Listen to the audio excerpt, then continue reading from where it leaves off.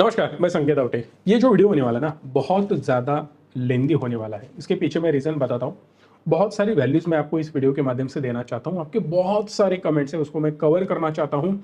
आप में से जो भी अभी डाउट आपके दिमाग में चल रहे हैं, वो सारे डाउट ऑलमोस्ट कवर करने की मैं कोशिश करने वाला हूँ। ऐसे वीडियोज़ अगर आपको चाहिए तो प्लीज़ मुझे एक बार कमेंट बॉक्स में बता देना, क्योंकि मैं वीकली एक वीडियो ऐसा भी बना सकता हूँ जहाँ पे आपके सारे कमेंट जो भी होते हैं ना, उनको मैं कवर करने की कोशिश करूँगा। आपके जो भी सवाल होंगे, उनके सारे जवाब देने की मैं ऐसे वीडियो के माध्यम से कोशिश करना चाहता हूँ। वीकली एक वीडियो बनाएंगे जिसमें ये सारे क्वेश्चंस कवर हो जाएंगे। ओवरऑल मार्केट के बारे में हम बातें करेंगे ताकि आपको एग्जैक्टली पता चले मार्केट में हो क्या रहा है। अभी फिलहाल हम बात करें मार्केट में, तो एक अच्छी खासी अपमूव हमें देखने मिली कल के दिन।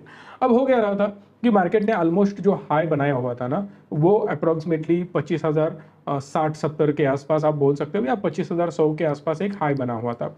वहां से फिर एक करेक्शन हमें देखने मिला समवेयर अराउंड, जो लो बनाया था 23,890 के आसपास। अगस्त 5 के आसपास ये लो इसने बनाया था। वहां से बहुत सारे लोगों को लग रहा था कि मार्केट गिरने वाला है। अब ये मैं क्यों बोल रहा हूं, मैं आपको एक थोड़ा कॉन्टेक्स्ट दे देता हूं कि मार्केट में जो पैनिक क्रिएट किया जाता है ना, कि अब मार्केट गिर गया, खत्म हो गया, ये हुआ वो हुआ, ये चलता रहता है। फिर वहां से क्या हुआ कि कंसिस्टेंटली एक मार्केट ने बेस बनाया, बेस बनाने के बाद फिर मार्केट ऊपर गया। अप्रोक्सीमेटली इसी मंथ के अंदर 1-2 तारीख को इसने हाई बनाया था, विच इज नियर अबाउट 25,340 के आसपास। अब फिर जब उसने 25,340 बना दिया ना, अब हमारे एडिटर साहब ये स्क्रीनशॉट वहां पे डाल देंगे। मैं इसी का एक स्क्रीनशॉट निकाल लेता हूँ। ये स्क्रीनशॉट आपको देखने मिल जाएगा। एक हाई बनने के बाद और एक हाई बना, और एक हाई बना सितंबर महीने की शुरुआत में। फिर वहां से मार्केट थोड़ा नीचे आने की उसने कोशिश की। अब मार्केट नीचे आ रहा है, इसका मतलब डबल टॉप बन गया, फिर मार्केट गिरेगा। अब रुकेगा ही नहीं, सीधा इसने जो लो बनाया वो समवेयर अराउंड 24,750-60 के आसपास एक लो बना दिया। फिर लोगों को लगने लगा अब ये गिरने वाला है, रुकने का नाम नहीं लेगा। इसीलिए मैंने एक डिटेल वीडियो मराठी संकेत चैनल पे बनाया, वहां पे एक्सप्लेन किया कि मार्केट गिरने के रीजंस कौन कौन से हो सकते हैं, किस प्रकार से मार्केट को एनालाइज किया जाता है, कब हम बोलेंगे कि भाई साहब मार्केट अब बहुत ज्यादा गिर सकता है, बहुत ज्यादा बढ़ सकता है, एक्चुअल मार्केट की पोजीशन क्या है। ये सारी चीजें मैंने वहां पे डिस्कस करी थी। अब वहां पे जो मैंने डिस्कस किया था, तब आपको पता चल जाएगा कि वो वीडियो देखने के बाद कि फिलहाल अभी जो मार्केट चल रहा है, यहाँ पे कोई भी गिरावट की संभावना हमें नजर नहीं आ रही है। मैं जानबूझ के बहुत बार ये बोलता हूं कि मार्केट के अब जो आने वाले 10 साल है ना, जो भी इंसान इस 10 साल के पीरियड में इन्वेस्टेड रहेगा, अच्छे खासे स्टॉक्स में रहेगा, और दूसरी इंपॉर्टेंट चीज अच्छे म्यूचुअल फंड्स में इन्वेस्टेड रहेगा, वो सबसे बड़े गोल्डन एरा में रहने वाला है। क्योंकि इस प्रकार से मार्केट आगे बढ़ सकता है ना, और इस कदर इंडिया की ग्रोथ होने वाली है, जो ना कभी हुई थी ना यहां से आगे होगी। ये मेरा बहुत बड़ा स्टेटमेंट है, याद रखना। यहां से आने वाले 10 साल या 15 साल भी आप बोल सकते हो। अभी फिलहाल हम 2024 में हैं, 2035 या 40 तक ये जो भी एरा आने वाला है ना, वो बहुत तगड़ा होने वाला है, और इंडियन मार्केट के लिए बहुत एग्रेसिव होने वाला है। इसके ऊपर हमें थोड़ा सा ध्यान देना चाहिए और जेन्युइनली इन्वेस्टमेंट शुरू कर देनी चाहिए। अब मार्केट में जो भी चल रहा है, आपके क्वेश्चंस हम वन बाय वन लेते हैं कि मार्केट में आगे क्या होगा, कितना ज़्यादा मार्केट बढ़ सकता है या गिर सकता है। देखो, सिंपल मैंने इसका आंसर आपको दे दिया है कि मार्केट में बहुत बड़ी गिरावट मुझे नजर नहीं आ रही है, अपसाइड नजर आ रहा है, बट मार्केट में इतना ज़्यादा तगड़ा अपसाइड आने वाले 1-1.5 महीने में नहीं होगा। रीजन बिहाइंड दैट मैं आपको बोल देता हूं, क्योंकि हमने टोटल 3 महीने आपको बोले थे। अप्रोक्सीमेटली डेट भी मैं आपको बता सकता हूं स्क्रीन पे देख के। अगस्त मंथ के पहले थोड़ा, मतलब आप जुलाई पकड़ लो, जुलाई से हमने क्लियरली आपको बोल रखा था जुलाई, अगस्त, सितंबर, ये 3 महीने रेंज बाउंड रह सकते हैं। तब मार्केट समवेयर अराउंड 25,000 तक पहुंच चुका था। अब 25,000 पे हमने ये बात क्यों करी थी, क्योंकि हमें क्लियरली नजर आता था कि बहुत सारे आउटकम जो आने वाले हैं वो धीरे धीरे आएंगे। ना कोई बड़ी डेवलपमेंट होगी, ना तुरंत रेट कट होगा। जब रेट कट होगा तब मार्केट में स्पाइक आना शुरू हो जाएगा। ये जो सारी प्रोसेस है इंडियन मार्केट में मैं बात कर रहा हूं, क्योंकि यूएस ने अभी तक अनाउंसमेंट नहीं करी थी। इंडियन मार्केट में जो भी अपने गवर्नर है, उनका मानना था कि अभी भी हम इतने ज्यादा कन्विंस नहीं है।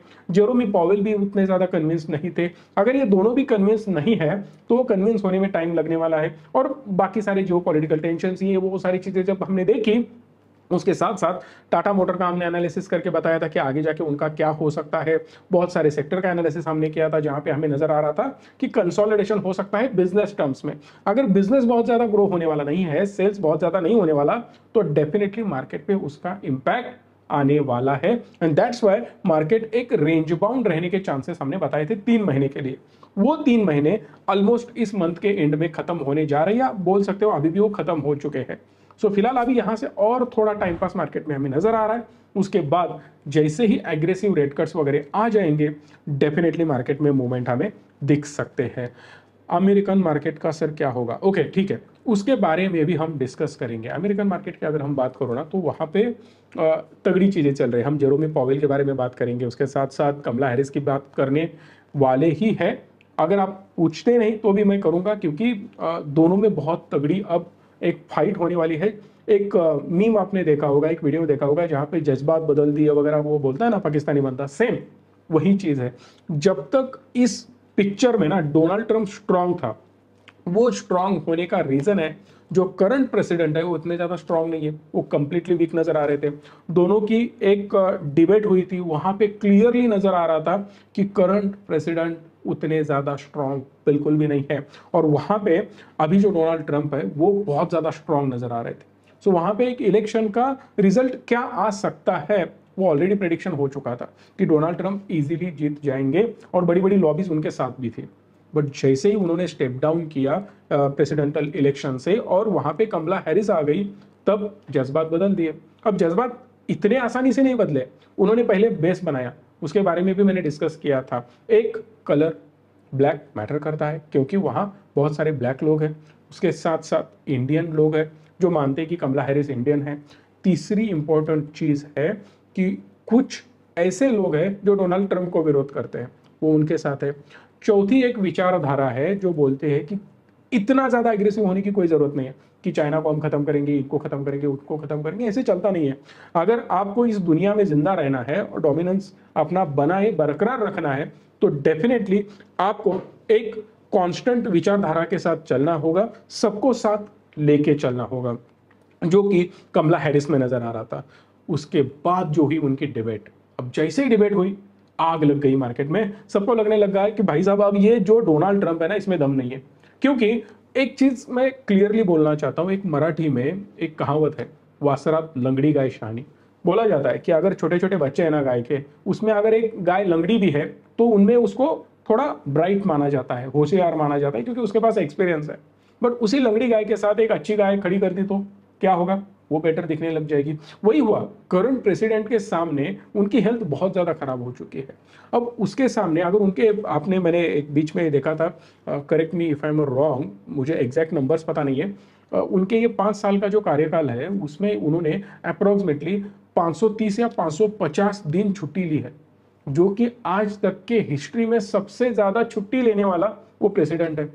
अब इतने ज्यादा ये साहब प्रेसिडेंट साहब छुट्टियां ले रहे हैं, तो समझ जाना वो हेल्थ इश्यूज के बारे में कितने ज्यादा वीक हुए होंगे। सेम चीज यहाँ पे है कि कमला हैरिस का मानना है डोनाल्ड ट्रंप का जो एज है अभी 85 के आसपास है। इतना ज्यादा एज होने के बावजूद अगर आप प्रेसिडेंट बनने की एक्सपेक्टेशन रख रहे हो या प्रेसिडेंट बनना चाहते हो, तो बहुत ज्यादा रिस्कियर है उनके कंट्री के लिए। उन्होंने उस मुद्दे को बहुत ज्यादा पुश किया, उसके साथ साथ कुछ मुद्दे रखे, उनको भी उन्होंने बहुत ज्यादा पुश किया। और ये जो डिबेट हो रही थी ना, क्लियरली दिख रहा था कि कमला हैरिस इज द विनर और डोनाल्ड ट्रंप हार रहे हैं। वो काउंटर पॉइंट नहीं रख पा रहे थे, उत्तर नहीं दे पा रहे थे, इतने ज्यादा एक्टिवली नहीं बोल पा रहे थे। इसका मतलब सिंपल है कि वो हारने की कगार पर थे और हार चुके clearly. Kamala Harris is a winner. अब दिक्कत ये है, डोनाल्ड ट्रंप को जैसे वो पता चला, बोलते हैं ना कि छोटे छोटे बच्चे रोने लग जाते हैं हारने के बाद, वैसे ही हो रहा था कि जिस प्रकार से आरोप हुए बाद में कि उन्होंने ईयररिंग्स में एयरफोन पहने थे, वहां से सीधा उनकी बात उनके कुछ बड़े बड़े लोगों के साथ हो रही थी, या पुराने प्रेसिडेंट के साथ उनकी बातें हो रही थी, ब्ला ब्ला ब्ला, बहुत सारे आरोप उन पे करे गए। बट मेरे हिसाब से कंप्लीटली बेसलेस आरोप थे। अगर आप में भी दम था, आप एयरफोन लगा देते, आप भी बातें करते, कौन सी बड़ी बात थी? हाँ, नो डाउट, मुझे नहीं लगता कि उनके कान में कोई एयरफोन था। भले चलो एयरफोन था, अगर एयरफोन था तो आपने काउंटर भी करना चाहिए था। कोई भी बंदा हो, आप दुनिया के सबसे बड़े कंट्री के प्रेसिडेंट बनना चाहते हो, सो दैट उतनी कैपेबिलिटीज आपके पास होनी चाहिए। अगर दूसरा कोई बंदा भी बोल रहा है ना उनके साथ पीछे से, तो ये मैटर नहीं करता कि अगर कोई बोल रहा है इसका मतलब आप उसको काउंटर नहीं कर सकते। आप उनसे होशियार होने चाहिए। कौन बेस्ट है वही डिसाइड होने वाला था ना, और उसी डिसीजन के अंदर अगर आप आपका स्ट्रेंथ नहीं दिखा पाते तो वो आप डेफिनेटली वहां पे कम पड़ रहे थे, और वही हुआ। अब दूसरी बात, आंकड़े क्या बोल रहे हैं, आंकड़े भी आने वाले हैं। सो आंकड़े अगर हम देखें, वो भी मैं सामने लेके बैठा हूँ, अभी स्क्रीन पे मेरे दिख रहे हैं मुझे। यूएस इन्फ्लेशन के जो ओवरऑल आंकड़े हैं जुलाई मंथ में 2.9% था, और अगस्त में वही अगस्त के आंकड़े 2.5% पे चले गए। अब इसका मतलब क्या है, इन्फ्लेशन के जो ओवरऑल आंकड़े थे वो बहुत ज़्यादा थे, जुलाई में अगस्त में कम हो चुके हैं। उसके बाद अगर हम कंपेयर करते हैं कोर इन्फ्लेशन को, तो 3.2% जो जुलाई में था आज भी वही सेम है। इसका मतलब जो इन्फ्लेशन पहले था वो बरकरार है। इसका मतलब ये होता है कि अगर मुझे रेट कट करने हैं तो महंगाई भी कम होनी चाहिए। अगर कोर इन्फ्लेशन कम नहीं आ रहा है, इसका मतलब एक घंटा हम बोल सकते हैं जो डेंजरस सिचुएशन क्रिएट कर सकती है आगे जाके भी। अगर ये ग्राफ डाउन ट्रेंड में नहीं है इन्फ्लेशन का, तो रेट कट करने में जो कन्विक्शन आना चाहिए वो नहीं आएगा। क्योंकि मैंने ऑलरेडी आपको बोल रखा है कि इंडिया का इन्फ्लेशन हो या यूएस का इन्फ्लेशन हो, इससे और एग्रेसिवली कम करना इतना आसान नहीं है। India is a developing country, बहुत तगड़े कुछ डिसीजंस लेने होंगे जो कि गवर्नमेंट नहीं ले पाएगी, उतनी ज़्यादा कैपेबल नहीं है। मैं बहुत बारी भी ये बोल चुका हूँ। सो दैट इन्फ्लेशन बहुत ज़्यादा कम बिल्कुल भी नहीं होने वाला। अगर इन्फ्लेशन बहुत ज़्यादा कम नहीं होने वाला तो डेफिनेटली रेट कट जो 50 बेसिस पॉइंट होंगे, 75 होंगे या 1% होंगे, ये बड़ी बड़ी बातें जो हो रही है ना, बिल्कुल पॉसिबल नहीं है। मेरा मानना यही है कि 50 बेसिस पॉइंट से रेट कट होना ही चाहिए, अदरवाइज 25 बेसिस पॉइंट का भी ये लोग इतना कंजर्वेटिव दिमाग से डिसीजन ले सकते हैं, ऐसे मुझे लग रहा है। क्योंकि जिस प्रकार से जेरोमी पॉवेल बातें करते हैं ना, तो मे बी 25 बेसिस पॉइंट का वो डिसीजन ले सकते हैं because of the conservative thinking कि बहुत ज़्यादा इन्फ्लेशन डाउन नहीं आ रहा है। बट वही आंकड़े अगर आप कंपेयर करोगे इंडिया के साथ, तो आपको पता चल जाएगा कि 3.54% जहाँ पे हमारा इन्फ्लेशन था, वो एक्सपेक्टेड क्या था 3.5 के आसपास, आया कितना 3.65। इसका मतलब ये है कि इन्फ्लेशन बढ़ चुका है, नंबर खराब है। जो मैं बार बार आपको बोल रहा था कि इलेक्शन का टाइम है, यहाँ पे पैसा धुआंधार ये लोग उड़ाएंगे, इन्फ्लेशन पे कंट्रोल बिल्कुल भी नहीं रहने वाला, डिमांड बढ़ जाएगी। खाना का या खाने पीने का इन्फ्लेशन अगर हम बात करें ना, वो और ज़्यादा बढ़ सकता है। मैं आपको रीज़न बता देता हूँ। ये लोग बहुत ज़्यादा पैसा खर्च करते हैं खाने के ऊपर, पार्टियाँ चलती रहती है, लोगों को पैसा खिलाने लग जाते हैं लोग, होटल का सेल्स बढ़ने लगता है, होटल का कंजम्पशन बढ़ने लगता है, होटल का कंजम्पशन बढ़ने लगता है, डिमांड बढ़ने लगती है। डिमांड के कंपैरिजन में सप्लाई उतना नहीं है, क्योंकि जो लोग हमारे फार्मर्स प्रोड्यूस कर रहे हैं वो तो एक लिमिटेड वे में ही प्रोड्यूस करेंगे। क्योंकि मैंने अगर 100 पौधे लगाए हैं तो 100 पौधे जितना दे सकते हैं उतना ही आउटपुट वो देंगे, उससे ज़्यादा तो बिल्कुल नहीं होने वाला। इसका मतलब सिंपल है कि सप्लाई हमारा लिमिटेड है, बट डिमांड बढ़ चुकी है, और ये आर्टिफिशियली बढ़ा जा रही है। रीजन क्या है, इलेक्शन है। इलेक्शन पे जो स्पेंडिंग होने वाला है उसकी वजह से गवर्नमेंट का स्पेंडिंग कम होने वाला है, वो इम्पैक्ट करेगा जीडीपी के ऊपर। सो जीडीपी की ग्रोथ हमारी थोड़ी सी डाउन आती हुई आपको नजर आ सकती है, ये करंट सिचुएशन की मैं बात कर रहा हूं। But overall inflation I don't think so कि बहुत ज्यादा कंट्रोल में आएगा। सो फिलहाल जो भी फेड की 18 तारीख को मीटिंग होने वाली है, वहां पे मे भी रेट कट हो जाएंगे, बट इंडिया में तुरंत रेट कट होने के चांसेस बिल्कुल भी नहीं है। अब यूएस में रेट कट हो गए तो होगा क्या, वहां पे पैसा सस्ता मिलने वाला है, पहली चीज। दूसरी इंपॉर्टेंट चीज, अब इससे मैं लिंक भी कर सकता हूं, आपको समझ में आ जाएगा। कल की स्पाइक अगर आप देखो ना, वो स्पाइक क्यों आई, क्योंकि एफआईआईज ने बहुत तगड़ी इन्वेस्टमेंट करी, 7,600 करोड़ की इंडिया में इन्वेस्टमेंट हुई। डीआईआईज ने 1800 करोड़ समथिंग बेचा है माल, इसीलिए एफआईआईज ने कल एक डोमिनेंस क्रिएट किया, मार्केट बहुत ज्यादा ऊपर गया। यहां तक आपको क्लियर है। बट अगर रेट कट होने वाला है तो उसका डिसीजन तो हुआ होगा, उसके साइड में उसके फेवर में कुछ बातें तो हुई होंगी। इसका मतलब जो भी बड़े मछलियां हैं उनको तो ये सारी चीजें पता होंगी। सो अगर मेरे कंट्री के रेट कम होने वाले हैं, इंटरेस्ट रेट कम होने वाला है, इसका मतलब क्या हुआ, मुझे कम पैसा मिलने वाला है मेरे इन्वेस्टमेंट के ऊपर। सेफ इन्वेस्टमेंट जो भी मैं बॉन्ड्स खरीदूंगा या फिक्स डिपॉजिट वगैरह करूंगा, एक सिंपल वे में मैं इंडियन वे के हिसाब से बात कर रहा हूँ। तो अगर मुझे वहां से पैसा कम मिलने वाला है तो मैं क्या करूंगा, वहां से पैसा निकालूंगा। बट कहाँ ना कहाँ मुझे इन्वेस्ट करना होगा ना। जहां पे भी मैं इन्वेस्ट करना चाहता हूँ, कहीं पे भी मैं इन्वेस्ट करना चाहता हूँ, कहाँ होगा, मार्केट में हो सकता है। बट मार्केट का क्या होगा, अगर रेट कम हो जाते हैं, पैसा सस्ता अवेलेबल होता है। इंडिया की ग्रोथ अगर करनी है ना, तो इंटरेस्ट रेट 4% के नीचे आनी चाहिए, 5% के नीचे आनी चाहिए। ये मैं कितने सालों से बोल रहा हूँ। जब तक ये नहीं आएंगे, कोई भी गवर्नमेंट हो, कुछ भी करो, वो जो जे कर्व दिखना चाहिए वो जे कर्व नहीं दिखेगा। एक कंसिस्टेंट आप ग्रोथ दिखा पाओगे, धीरे धीरे धीरे ऊपर जाओगे, बट धीरे धीरे करके आप चाइना को और यूएस को पीछे नहीं कर सकते।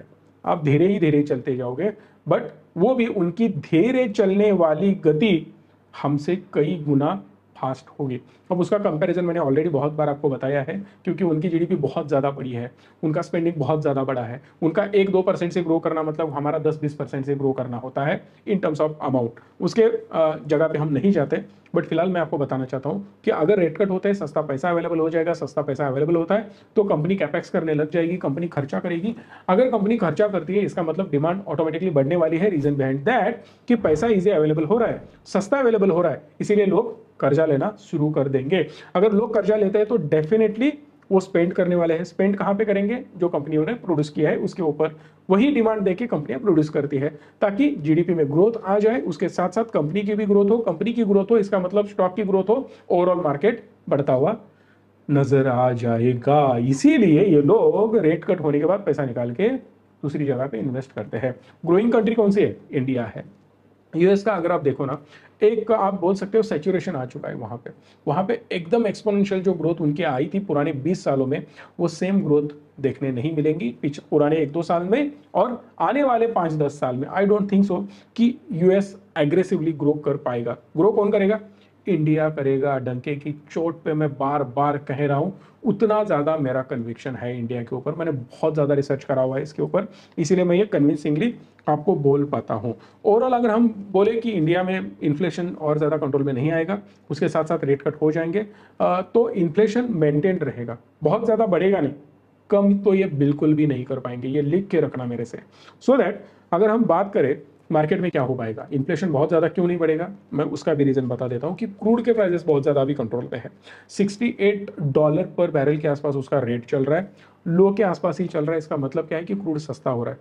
जितना ज़्यादा क्रूड आप सस्ते में उठाओगे, उतना ज़्यादा इंडियन इकोनॉमी के लिए फायदेमंद वो सौदा हो सकता है। ओवरऑल जीएसटी से पेट्रोल और डीजल को लिंक करने की बात हो रही है। अगर ये दोनों पेट्रोल डीजल को हम जीएसटी में ऐड करते हैं तो डेफिनेटली प्राइसेस और ज़्यादा ड्रॉप हो जाएंगे।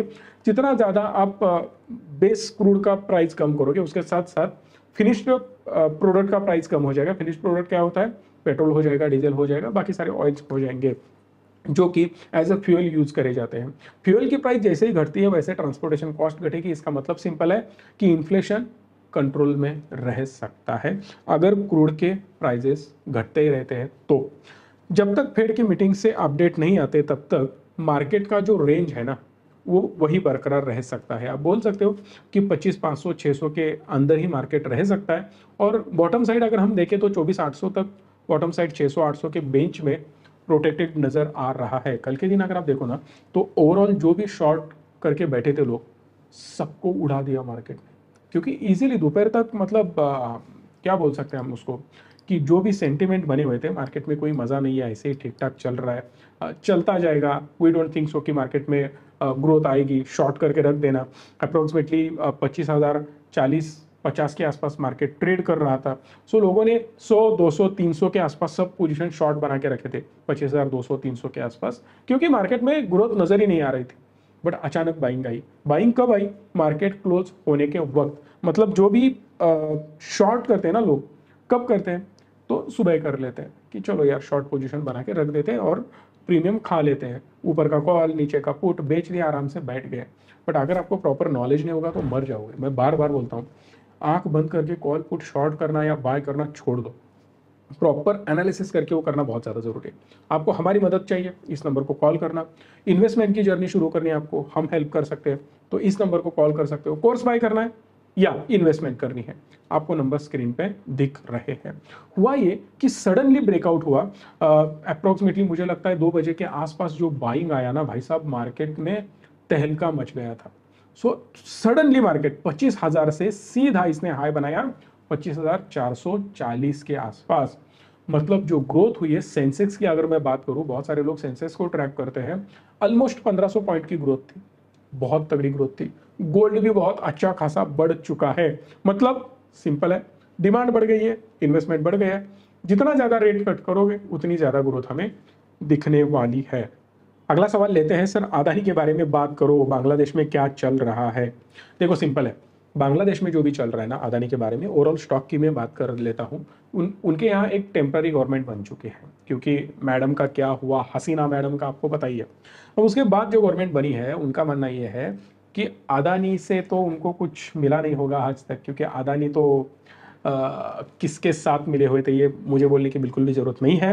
तो उनका मानना यह है कि जो भी कर रहे हैं ना अदानी सही नहीं है, उनके ऊपर उन्होंने स्क्रूटनी बिठा दी है, उनकी इंक्वायरी हो रही है। अब ये स्क्रूटनी क्यों होगी? क्योंकि जो हसीना शेख ने उनको जो भी ऑर्डर दे रखी है, इतना सारा पैसा बांग्लादेश से अदानी को मिलने वाला है। अब ये जो मिलने वाला पैसा है या मिल चुका हुआ पैसा वो जेन्युइनली है क्या? उतना ही उन्होंने काम किया क्या? इंडिया में बहुत सारे आरोप होते हैं कि गवर्नमेंट को इन्होंने कोल बहुत महंगे दाम में दिए, बहुत तगड़ा मुनाफा कमाया, वर्स्ट ग्रेड का कोल इन्होंने फर्स्ट ग्रेड के क्रोल के हिसाब से बेचा है। अब ये जो ट्रांजैक्शन होता है गवर्नमेंट के अप्रूवल से होता है, ऐसे ही कुछ हुआ है क्या?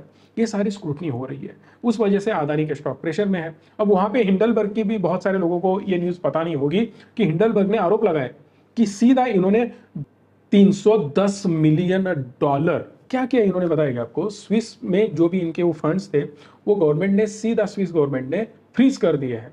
रीजन बिहाइंड दैट कि उनका एलिगेशंस है, ऐसे हिंडलबर्ग बोलता है कि ये पैसा काला धन है, या आप बोल सकते हो कि बहुत ज़्यादा घुमाया हुआ मनी लॉन्ड्रिंग किया हुआ ये पैसा है, इसलिए इनको फ्रीज किया गया है। एक मज़ेदार चीज़ बताता हूँ कि अदानी ग्रुप ने इसको सीधा बेसलेस बोल ही दिया है, बट एक इंपॉर्टेंट चीज़ मैं आपको बताना चाहता हूँ कि ये जो स्विस बैंक्स है ना या स्विस गवर्नमेंट होता है ना, ये गवर्नमेंट ही है काला धन छुपाने के लिए। लंदन में जो भी पैसा लेके जाता है बंदा, कौन सा पैसा लेके जाता है? सब लूटा हुआ इधर उधर का, सब 2 नंबर के बिजनेस वहां पे चल रहे हैं। अब गवर्नमेंट सपोर्ट कर रही है, और यहाँ पे हिंडलबर्ग के आरोप मैं क्लियरली बेसलेस बोल रहा हूँ, मैं भी बोल रहा हूँ, क्योंकि वो गवर्नमेंट ही उसलिए है क्योंकि आप काला धन लेके आओ हमारे कंट्री में और एंजॉय करो, इसीलिए उन्होंने वहां पे वो सारे प्रोविजंस बना रखे हैं। इसका मतलब आपको समझ में आ रहा है? अब वो कंट्री बोलेगी कि भाई साहब काला धन नहीं चाहिए, अरे उनको काला ही धन चाहिए, उनको गोरा अच्छा ही नहीं लगता है, हजम ही नहीं होता है। सो दैट समझ जाना कि ये बेसलेस आरोप है, मैं भी मान रहा हूँ। अदानी के साथ बुरा वक्त तो आ चुका है, सिंपल है। अभी फिलहाल फिर प्रेशर नजर आ रहा है, उनके बहुत सारे स्टॉक नीचे जाते हुए नजर आ रहे हैं। अदानी इंटरप्राइजेस ऑलमोस्ट उसके हाई से 20% डाउन है, मतलब करंट हाई बोल रहा हूँ, टोटल हाई की मैं बात ही नहीं कर रहा हूँ। इसका मतलब सिंपल है कि अदानी के कई स्टॉक अभी प्रेशर में हो सकते हैं। एसएससी थोड़ा बेटर परफॉर्म कर रहा है, अंबुजा भी कर रहा है, बट आप एनडीटीवी देखो वाट लगी पड़ी है। इवन अदानी पोर्ट भी नीचे जा रहा है, अदानी सोल भी नीचे जाता हुआ नजर आ रहा है। इसका मतलब प्रेशर तो है। बट टाटा मोटर भी थोड़ा रिकवर होने की कोशिश कर रहा था, ईवी की न्यूज़ आई थी, मैंने कवर भी कर रखी है वो। But I don't think so कि टाटा मोटर एकदम ही ब्रेकआउट देके अब कुछ एकदम मिरेकल कर सकता है अभी फिलहाल, क्योंकि एक तगड़ी ग्रोथ आ चुकी है। थोड़ा प्रेशर में और रहेगा। स्टॉक बिल्कुल भी खराब नहीं है, वैल्यूएशन बिल्कुल भी खराब नहीं है, कंपनी 100% खराब नहीं है, सारे फंडामेंटल अब तगड़े हो चुके हैं। निगेटिव साइड मुझे बिल्कुल भी टाटा मोटर्स में नहीं दिख रही है, कोई भी, मैं बोल रहा हूँ। उसका डिटेल एनालिसिस मैंने ऑलरेडी कर रखा है, यहाँ पे वीडियो एक बार जाके देख लेना, बहुत सारी वैल्यू मैंने वहाँ पे ऐड कर रखी है। अब वो गिरना जस्टिफाई क्यों करता है वो भी मैंने बोल रखा है वहाँ पे, सो दैट जो 20% और गिरावट आएगी उससे मैं बिल्कुल भी एग्री नहीं हूँ, बट फिर भी प्रेशर स्टॉक पे रहने के चांसेस बहुत ज़्यादा है। सो एक बार वो वीडियो जाके आप देख सकते हो। वीपीएल में क्या हो रहा है सर? मेरा बहुत ज़्यादा लॉस दिख रहा है, 50 से 60% लॉस दिख रहा है, क्या करूँ? कल का ये कमेंट हो सकता है शायद, इसीलिए मैं बोल रहा हूँ आपको कि वीपीएल में कोई भी डरने वाली बात नहीं है। स्टॉक मेरा फेवरेट है, मैंने 100 बार आपको बोला होगा कि बिल्कुल भी रिकमेंडेशन मत समझना, कोई भी जो भी मैं स्टॉक बोल रहा हूँ कोई भी रिकमेंडेशन नहीं है, सिर्फ एजुकेशन पर्पज़ के लिए बोल रहा हूँ। बाइंग सेलिंग का डिसीजन जो भी लेना है आपके एडवाइजर को पूछ के आप ले सकते हो, हमारी सलाह चाहिए हम है, कॉल कर लेना। सो वीपीएल में हुआ यह है कि उसको स्प्लिट किया गया है, सीधा डिवाइडेड बाई 2, 1500 प्राइस है, 1600 प्राइस है, डिवाइडेड बाई 2, राइट। तो इसीलिए आपको वो क्रैश नजर आ रहा है, अपडेट होने में टाइम लगता है, बहुत सारे डिमैट स्लो चलते हैं, इसीलिए आपको मे बी लॉस दिख रहा होगा, जल्दी वो अपडेट भी हो जाएगा, मे बी हुआ भी होगा आपका। सो वहाँ पे हुआ यह है कि 1500 का स्टॉक सीधा 650 पे आ चुका है। बट ओवरऑल अगर स्टॉक की बात करें ना, बढ़िया स्टॉक है। क्वार्टरली 2 रिजल्ट अगर आप देखो तो वो भी बढ़िया है। उन्होंने तभी अनाउंसमेंट किया था कि हम इनका स्प्लिट करने वाले हैं, और उसी हिसाब से उन्होंने स्प्लिट भी कर दिया है।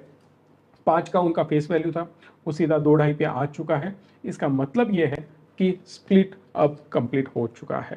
कंपनी एग्रेसिवली एक्सपांशन कर रही है। फिलहाल मुझे लगता है रिसेंट एक न्यूज़ थी कि एक अफ्रीकन कोल्ड ड्रिंक कंपनी थी जो नाम मुझे याद नहीं आ रहा है, जो अपना कोक का ब्रांड है, उनकी फ्रेंचाइजी वहाँ पे ले रखी है उन्होंने, या आप जैसे बोल सकते हो वो उनका बॉटलर है। जैसे कि वीपीएल इंडिया में क्या करता है ना, आपको लग रहा होगा कि कोक सीधा यहाँ पे मैन्युफैक्चरिंग करके आपको बेचता है, बिल्कुल भी नहीं। ये सारा काम हैंडल कौन करता है? वीपीएल हैंडल करता है। मतलब क्या है, एक कंपनी को अगर ग्रो करना है ना किसी अलग कंट्री में जाके, इतना आसान नहीं होता है।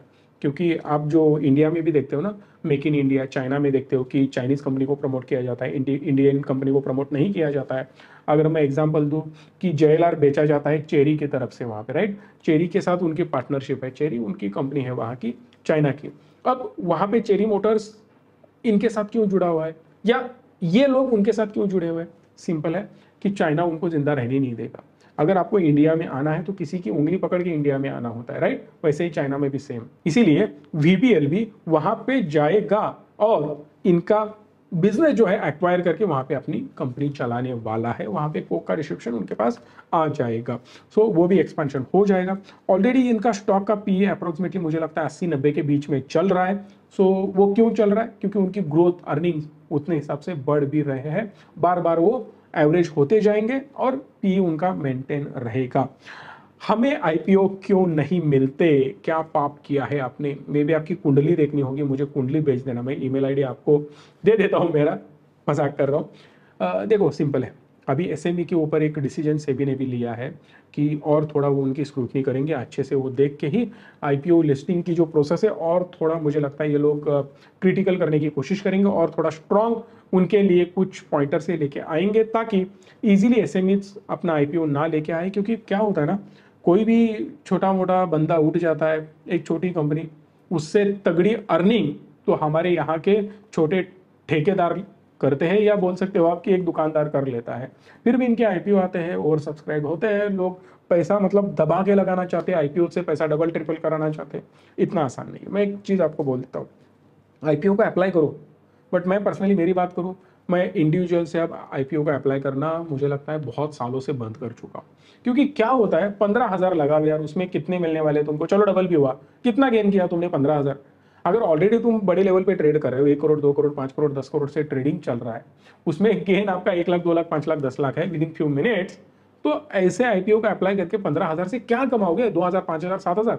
कोई मजा नहीं है। अगर वहां पे हम बड़ी अमाउंट लगा सकते तो मजा आ जाता। अब HNI कोटे से हम ट्राई करते हैं, बहुत सारी चीजें चल रही है, अब वो मैं डिस्कस नहीं करना चाहता, बहुत बड़ा वीडियो हो जाएगा। बट एक चीज याद रखना, IPO का जो सिलेक्शन होता है ना, वो मशीनरी से होता है, कोई भी मैनुअल इंटरवेंशन वहाँ पे बिल्कुल भी नहीं होता। लकी ड्रॉ टाइप से वहाँ पे पिकिंग होता है। पहले क्या होता था कि आप मैनुअली अप्लाई करते थे, फॉर्म उठाए जाते थे, चिट्ठियाँ डाली जाती थी, फिर सिलेक्शन हुआ करता था। वो बात अभी नहीं रही है, अभी सीधा मशीन आपका सिलेक्शन करता है। सो अगर आपको IPO में अप्लाई करना है और आपको लगता है कि मुझे IPO ये चाहिए, तो सिंपल एक काम कर लेना, मल्टीपल डीमैट अकाउंट खोल देना, लिंक डिस्क्रिप्शन में है, फ्री में अकाउंट खुल जाएगा। हमारी हेल्प चाहिए, कॉल कर सकते हो इस नंबर पे डीमैट अकाउंट खोलने के लिए सिर्फ। सो अगर आप मल्टीपल डीमैट अकाउंट खोलते हो, मल्टीपल नाम से अप्लाई करते हो, यूनिक पैन होनी चाहिए। एक ही नाम से अगर मल्टीपल टाइम अप्लाई करोगे तो डेफिनेटली फंस जाओगे, मल्टीपल लॉट अप्लाई करोगे फंस जाओगे, उसके साथ साथ प्राइस बैंड लोएस्ट हो जाएगी तो भी फंस जाओगे, सिलेक्शन होगा ही नहीं। सो आपको एक तो हायर प्राइस कोट करनी होती है, उसके साथ साथ एक ही लॉट आपको लेना पड़ता है अगर उसका सब्सक्रिप्शन बहुत ज़्यादा आने वाला है। तो मैं रिक्वेस्ट करूंगा, आंख बंद करके कचरा IPO को बिल्कुल भी अप्लाई मत करना। जिस दिन मार्केट थोड़ा करेक्ट होने लगेगा उस दिन उनकी वाट लगने वाली है। सो डिटेल आपको सीखना है, नॉलेज लेना है तो हम है, कॉल अप कर सकते हो। इन्वेस्टमेंट बहुत ज़्यादा इंपॉर्टेंट है, वो प्रॉपर वे में हम आपको कराते हैं। हमने रीबैलेंस भी कर रखा है 2 दिन पहले, अगर आपने रीबैलेंस नहीं किया होगा तो प्लीज़ कर लेना। 2 ही बकेट हमने किए, नॉर्मल इन्वेस्टर के लिए मैं बात नहीं कर रहा हूँ, जो लोगों ने बकेट ले रखा है मैं उनकी बात कर रहा हूँ। मतलब उनका रीबैलेंस भी ऑलमोस्ट हो चुका होगा, रीबैलेंस होने के बाद जो रिटर्न है उन स्टॉक्स में मज़ा आ गया होगा आपको। बट प्लीज़ कमेंट बॉक्स में स्टॉक्स के नाम बिल्कुल भी नहीं आपको लिखने हैं। कोचिन शिपयार्ड का क्या करें? कुछ मत करो यार, ले ही क्यों लिया आपने अगर आपको डरना ही है? क्योंकि जिस तरीके से उन्होंने रिटर्न दिया ना, अगर उस रिटर्न को आप हजम कर पा रहे हो, इसका मतलब जो गिरावट है उसको भी आपको हजम करना होगा। क्योंकि 4 गुना 5 गुना वो बढ़ गया है, तो 30-40% क्रैश भी मुमकिन है, इजीली है। क्योंकि इतना अगर बढ़ जाता है तो क्रैश भी आने वाला है, डेफिनेटली आने वाला है। बट जिस लेवल पे अभी हो अप्रोक्सीमेटली मुझे लगता है, मैंने चेक किया था उसका, मैं अभी फिर से एक बार आपके सामने भी चेक कर सकता हूँ। अगर मैं उसको फिबोनाची रिट्रेसमेंट से भी देखूँ तो 50 के लेवल के आसपास आ चुका है। ये जो जोन है ना, वो अप्रोक्सीमेटली सपोर्ट जोन हम इसको बोल सकते हैं, जहाँ पे डिमांड अब आ सकती है, डिमांड जोन भी आप बोल सकते हो उसको, कि मे भी यहाँ पे बाइंग दिखने लग सकता है। जिनको रिस्क लेनी है थोड़ा वेट कर सकते हैं, अदरवाइज आपकी मर्जी, क्योंकि यहाँ पे मुझे लगता है थोड़ा वेट एंड वॉच की भूमिका हो सकती है, डिले हो सकता है, देखना पड़ेगा। ओवरऑल अगर हम इनकी बात करें तो EPS quarter on quarter, year on year ये थोड़ा उनका अर्निंग्स मुझे वीक होता हुआ नजर आ रहा है। इसी वीकनेस की वजह से स्टॉक में थोड़ी गिरावट नजर आ रही है। गवर्नमेंट ने जो है जो फोकस रखा था वो उतने ज्यादा कन्विक्शन के साथ इस बजट में नहीं दिखाया कि हम डिफेंस पे ये करेंगे वो करेंगे, रेलवेज पे ऐसे ऐसे हम भूमिका हमारी ले रहे हैं, वो हमें नजर नहीं आया। उस वजह से यहाँ पे और ज्यादा प्रेशर नजर आ रहा है। आरएसआई भी इसका बहुत ज्यादा ओवरसोल्ड जोन में जा चुका है, 28 को इसने क्रॉस कर दिया है, वो भी थोड़ी निगेटिव चीज हो जाती है, बट यहाँ पे कुछ लोग उसको पॉजिटिवली लेते हैं क्योंकि हमें यहाँ पे बाइंग की अपॉर्चुनिटी मिल सकती है। एक मजेदार चीज मैं आपको बताना चाहता हूँ कि अगर समझो ये इसके हाई के तरफ भी पहुंच गया ना, तो यहाँ जिस लेवल पे है यहाँ से इसका हाई सीधा बन जाएगा 64% तक, मतलब उतने ज्यादा रिटर्न आपको मिल सकते हैं अगर ऊपर गया तो। बट मेरे हिसाब से कोई भी इन्वेस्टमेंट अगर आपको लगता है कि यहाँ पे इन्वेस्ट करना चाहिए, आपने इन्वेस्ट कर दिया, एक स्टॉप लॉस आपका फिक्स होना चाहिए। अगर आंख बंद करके ऐसे ही देखते रहोगे ना तो फंस जाओगे। अगर आपको लगता है कि ये नीचे जा रहा है, बाहर निकलो, चेंज करो, दूसरा स्टॉक ले लेना जहां पे ये आपके स्टॉप लॉस को टच करे, तब की मैं बात कर रहा हूं। अगली कमेंट है टाटा स्टील के ऊपर। टाटा स्टील उन्होंने बाय करके रखा है, 3 महीनों में आई थिंक उन्होंने उनको 45% रिटर्न दिए हैं, बट अब वो 22% नीचे आ चुका है। अच्छा ठीक है, कोई दिक्कत नहीं है, सिंपली मैं आपको बताना चाहता हूँ कि देखो ये कंप्लीटली कमोडिटी स्टॉक है। होता क्या है मैं बताता हूँ, स्टील में अनाप शनाप प्राइजेस कोई नहीं दे सकता। मैं एक सिंपल चीज़ में बताता हूँ कि आपने सपोज एनर्जी बनाना शुरू किया, मतलब आपने सोलर पैनल लगा दिए, एनर्जी बनाना शुरू किया, आप एनर्जी बहुत ज़्यादा रेट पे नहीं बेच सकते। जो गवर्नमेंट ने बैंड्स रखे हैं ना, उसी लिमिट में आपको बेचना है। लंदन एक्सचेंज में इनकी प्राइस तय हो जाती है, वहाँ से आपको रेट्स आ जाते हैं, उसी हिसाब से इनके डीलिंग्स होते हैं। एक चीज़ मैं आपको बता देता हूँ कि जो भी कमोडिटीज़ है ना वो बहुत ज़्यादा एग्रेसिवली नहीं बढ़ सकते।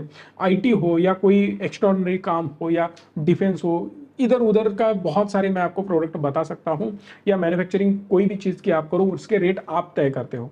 मुझे लगता है इसकी प्राइस बहुत ज़्यादा होनी चाहिए, मुझे लगता है इसकी प्राइस बहुत ज़्यादा होनी चाहिए, मैं बेच सकता हूँ, मैं 1 करोड़ में पेन बेच सकता हूँ, कोई रोकने वाला नहीं। हाँ भले ये पेन कोई परचेस नहीं करेगा 1 करोड़ में, बट फिर भी अगर कोई सोचता है कि बहुत एग्रेसिव प्राइस में मैं कोई चीज़ें बेचना चाहता हूँ तो वो बेच सकता है।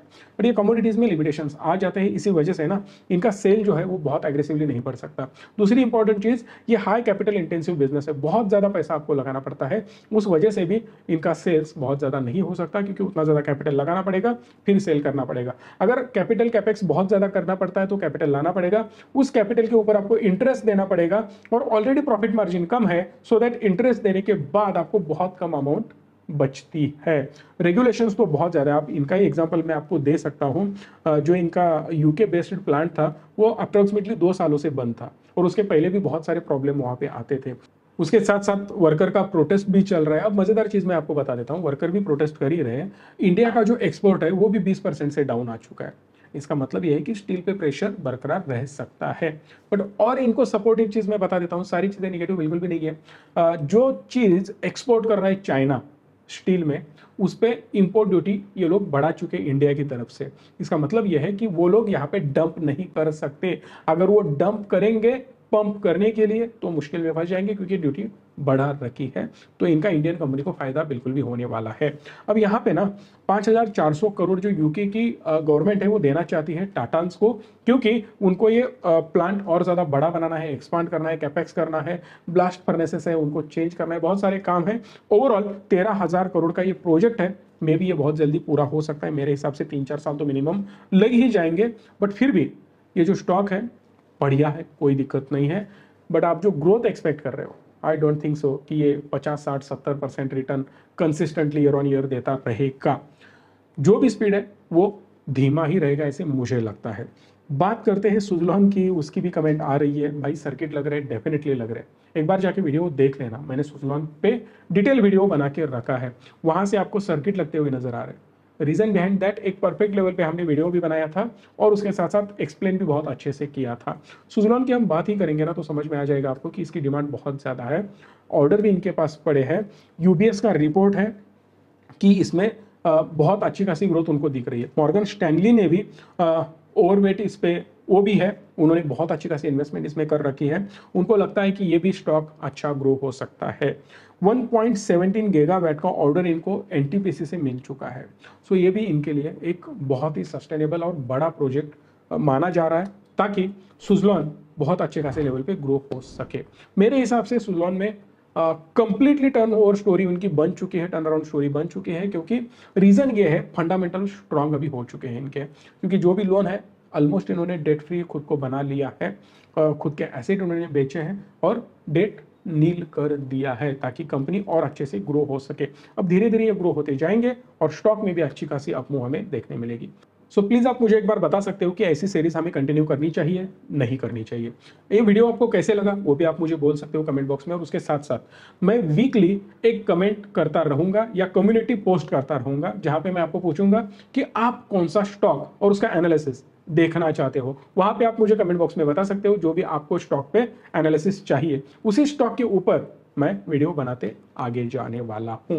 सो दैट वहां पे उस कमेंट पे आप डेफिनेटली कमेंट करना मत भूलना। इस वीडियो के अंदर भी आप कमेंट कर सकते हो, ताकि मैं ओवरऑल कमेंट्स देखता हूं कि कौन से स्टॉक की डिमांड है, उसी के ऊपर मैं वीडियो बनाना चाहता हूं। वीडियो को लाइक शेयर और चैनल को सब्सक्राइब हक से करना। धन्यवाद। Stay tune and stay positive.